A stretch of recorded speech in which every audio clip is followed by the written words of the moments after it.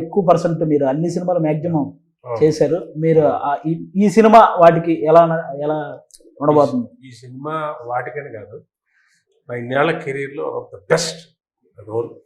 సందీప్ కృష్ణ గారు మేము చేసిన సీన్స్ కానీ, కొడుకు తండ్రి నాకు తెలిసి ఇంత లిబరల్ తండ్రి చేసి ఉంటారు కదా.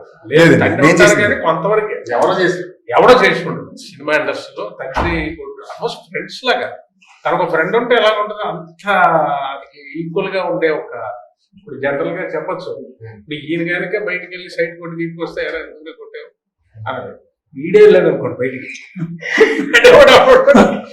అలాంటి పాత్ర ఇన్నేళ్ళ నుంచి నేను నా మందికి ఏం చెప్పాను సినిమాలో ఇప్పుడు నేనేం చెప్తున్నాను. సో అదే చెప్తున్నాను, వాళ్ళ కాంబినేషన్ కదా. నేను ఇంతవరకు చేసిన దానిలో ఇంత డ్యామ్ టూ లిబరల్ క్యారెక్టర్ అంటే ముట్టుకోను. ఒక బూత్ డైలాగ్ రాయగా బూత్ అని అనగానే ఒక చిన్న డబుల్ మీనింగ్ డైలాగ్ కూడా మీ సైడ్ అంతేనా సార్? ఏ సినిమాకి రాయలేదు ఇప్పటివరకు ఏ సినిమాలోనూ రాయలే. ఇందులో అసలు ఆశ్చర్యపోతారు, అసలు టచ్ ఏముండదు. కానీ హై ఇంటెన్స్ కామెడీ థియేటర్లో ఊగుతుంటారు. వాళ్ళ నేను చెప్తూ ఉంటాను కదా, అక్షరాలు కాదు చప్పట్లు రాస్తాను నేను. చంద్రబాబు మన త్రినాథ్ నక్కన్ గారి కాంబినేషన్, ఆయన ఎనర్జీ ప్రతి ఫ్రేమ్ లో. ఈయన కూడా చాలా కొత్తగా ఉంటుంది ఈ సినిమా. చాలా కూల్ గా హాయిగా మామూలుగా కొడుకు ఆ ఇద్దరు మధ్య మళ్ళీ ఉంటాయి ఆ సీన్స్. చాలా మంది ఎంజాయ్ చేస్తారు. అంటే బేసిక్ గా బాయ్స్ కి అంతకు ముందు ఎక్కువ కొంతమందికి కాఫీలు టీలు తాగే అలవాటు ఎక్కువ ఉండదండి. ఎప్పుడైతే మన్మధుడు సినిమాలో తాగితే కదా తెలిసేది నచ్చుతుందో లేదో అని అందరూ చూసారా, ఆ తర్వాత స్టార్ట్ అయింది నిజంగా ఈ కాఫీ టీలు అలవాటు చేసుకున్నాను. నేనైతే అలాగే చేసుకున్నాను. ఎప్పుడు మన్మధుడు కాఫీ సీన్ తర్వాత కాఫీ అలవాటు చేసుకున్నాను. అంటే నేను టీవీలో చూసానండి, నేను అప్పుడు థియేటర్లో ఏం చూడలేదు. టీవీలో చూసిన తర్వాత ఆ సీన్ నాకు అంతకుముందు కాఫీ టీలు నిజంగానే అలవాటు లేదు. ఆ వయసులో కాఫీ టీలు తాగకూడదు.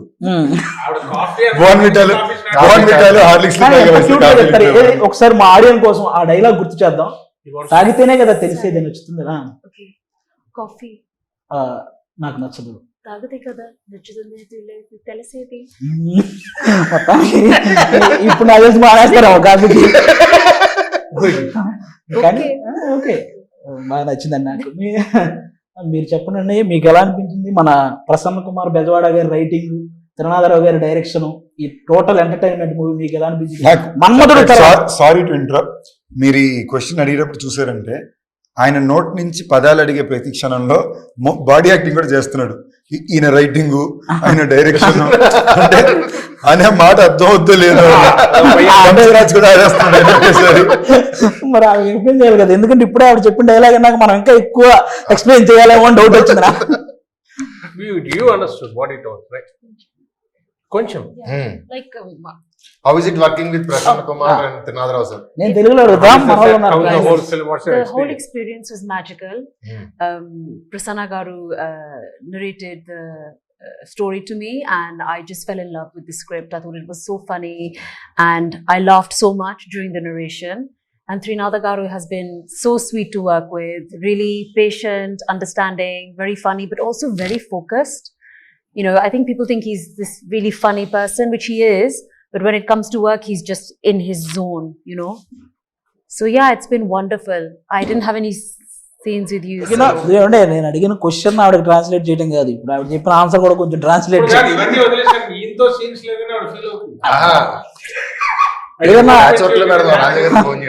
ఎక్కడో సాంగ్ ఏదైనా సాంగ్ లోనే ఒక మూలం వేయచ్చు కదా మమ్మల్ని. చిన్న సాంగ్ లోనే యాడ్ చేస్తే ఆవిడతో చేసిన ఫీల్ ఉంటుంది మాకు కూడా. మనకి ఆ రీల్ లో లేదండి, చిన్న షార్ట్ వీడియోస్ లో ఏదన్నా చిన్న రీల్ చేద్దాం. ఓకే, అది కూడా చెప్పండి. నన్ను అడుగుతున్నారు ఇంగ్లీష్.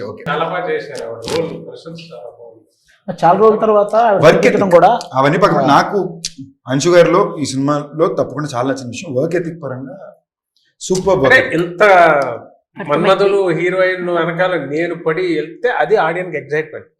ఈడేంట్రా ఈడి వెనకాల పడుతున్నాడు, ఇది కావాలి మాకు. ఈ థాట్ మీరు ఫస్ట్ రావు రమేష్ గారికి చెప్పగానే ఆయన రియాక్షన్ ఏంటన్నా, ఫస్ట్ కథ చెప్పేటప్పుడు సార్ ఇది మీరు ఫలానా మన మన్మధుడు సినిమాలో ఆ హీరోయిన్. చాలా క్వశ్చన్లు అసలు ఫస్ట్ ఆవిడని పడేయటం సంగతి పక్కన పెడితే అసలు ఇది జరిగే పనేనా, డ్రీమ్ బాగుంది, ఇది అవుతుందా, వర్కౌట్ అవుతుందా? పైగా మేము అనుకున్న త్రినాథ్ గారి కాంబినేషన్ వచ్చరికి అన్ని లెక్కలు మారిపోతాయి. ఎలా వర్కౌట్ అవుద్ది ఏంటి అని అనుకున్నాం. బట్ కోరికలో నిజాయితీ ఉంది, వర్కౌట్ అయింది. బేసిక్లీ ఒక కథ కుదిరింది, ఒక టీం కుదిరింది. ఇప్పుడు దీనికి ఒక ఖర్చు కావాలి, ఆ ఖర్చు కుదిరితే హీరో కావాలి. నేను చూసిన విధానం నాకేంటంటే ఇప్పుడు ఇది మళ్ళీ రమేష్ గారు అన్నారు కాబట్టి బయట ఎక్స్ప్లెయిన్ చేయాలి. అంత పెద్ద ఇదేం కాదండి. జనరలీ పీపుల్ కొంచెం మందికి they might feel little conscious of అంత స్క్రీన్ టైం పక్కన ఇంకోళ్ళకి ఇవ్వడం. ఇప్పుడు పాటల్లో ఉంటారు నాతో పాటు రమేష్ గారు, ఆయన ఇంచుమించు ఇంకో హీరోనే సినిమాలో. ఆయన సరదాకి ఇది అంటున్నారు తప్ప నేను మన స్టేజ్ లో కూడా అదే, సార్ మీరు ఇంకో హీరో సార్ సినిమాలో, మీకు హీరోయిన్ ఉంది, మీకు పాట ఉంది, ఓకేనా. సో దానికి మార్కెట్ క్యాల్కులేషన్స్ ఎక్కువ చూస్తారు. నేను ఎక్కడో I feel I'm very lucky because Rao Ramesh garu లాంటి ఆర్టిస్ట్ ఉండడం వల్ల కాబట్టి మేము అంత కాంబినేషన్ లో టైమింగ్ అలా చేసుకోగలిగాం. మీకు సినిమాలో కొన్ని మూమెంట్స్ మేజర్ బ్లాస్ట్ అవుతాయి. ఆయన నిజంగా ఎక్స్ట్రీమ్ ఎఫర్ట్ పెట్టారు. నేను ఫస్ట్ షెడ్యూల్ అయితే ఆయన ఎపిసోడ్స్ ఎక్కువ తీసేవారు. సో డే అండ్ నైట్లు చేశారు. అండ్ ఆయనే కాదు మొత్తం టీం. నిజంగా నేను ఇంటర్వ్యూ కాబట్టి చెప్పాల్సింది, ఇందాక అడిగారు కదా ఈ సినిమా కంఫర్టబుల్ చేసుకుందాం అనుకున్నా, బట్ అలా జరగల. ఏదైనా కొట్టి డే అండ్ నైట్లో కొట్టాము. ఫస్ట్ డే నుంచి చెప్తున్నారు కంఫర్ట్ చేసుకోవాలి, బట్ దానికైనా ఒక ఎఫర్ట్ అవసరం ఉంటుంది కదా, చేయడం ఒకటి. బట్ రమేష్ గారు వచ్చి డబుల్ కాల్ షీట్ లో నైట్ ఎఫెక్ట్ లో వైజాగ్ రోడ్ లో నాతో పాటు స్టెప్ వేసుకుంటూ డాన్స్ చేయాలి. ఒక ఎనర్జీ అంటూ మెయింటైన్ చేయడం అని ఉంటుంది కదా. ఈ సినిమాకి మనం టైమ్లెస్ గానే పనిచేసాం. రమేష్ గారు నిజంగానే ఒకవేళ ఆయన ఏమాత్రం సీనియారిటీ పాయింట్ ఆఫ్ వ్యూ వచ్చి నేను ఈ టైం పైన చేయను, ఇలా చేయనన్నానంటే ఈ ప్రాసెస్ మారిపోయింది. అవును.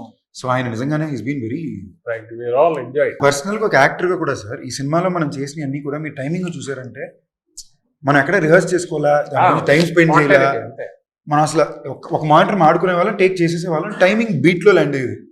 అది చాలా టఫ్ సార్. అది ఎస్పెషల్లీ ఇలాంటి సినిమాలు చాలా వరకు ఇతను రాసే అన్ని ఒక స్వింగ్ లో ఉంటాయి. అవును. ఇప్పుడు నా స్వింగ్ నేను చేయాలి, మీ స్వింగ్ మీరు చేయాలి, కానీ ఇద్దరు ఇన్కోఆర్డినేషన్ చేయాలి.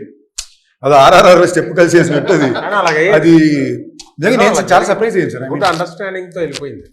వెరీ సో మేజర్ గా.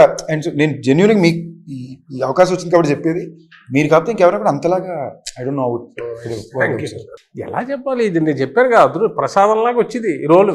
అవుట్ అండ్ అవుట్ ఎంటర్టైన్మెంట్ కదా. అందుకే మీరు ఇందాక సందీప్ గారు చెప్పినట్టు డే అండ్ నైట్ చేసిన స్ట్రెస్ కొంతవరకే తీసుకోవడం కంటే చేసే వర్క్లో ఎంటర్టైన్మెంట్ ఉంది. మీకు అది కామెడీ చేయడం వల్ల మనకి అది మీకు ఉండదు. ఇదే సీరియస్ స్టఫ్ చేశారనుకోండి అంతసేపు చాలా స్ట్రెస్ పడుతుంది.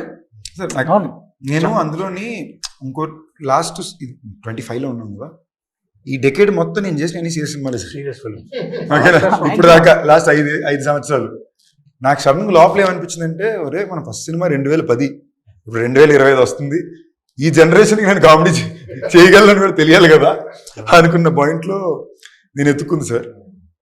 చాలా ఎంత అంటే నాకు తెలిసి ఒక 1 వీక్ బ్యాక్ ఇంకా 1-2 డేస్ చేస్తే సినిమా అయిపోద్ది అన్నప్పుడు ఆయన ఇంట్లో కళ్ళలో నీళ్ళు తిరిగిపోయినట్టు అయిపోయిందా ఈ క్యారెక్టర్. ఆ రోజు మూమెంట్ అనిపించింది. డబ్బింగ్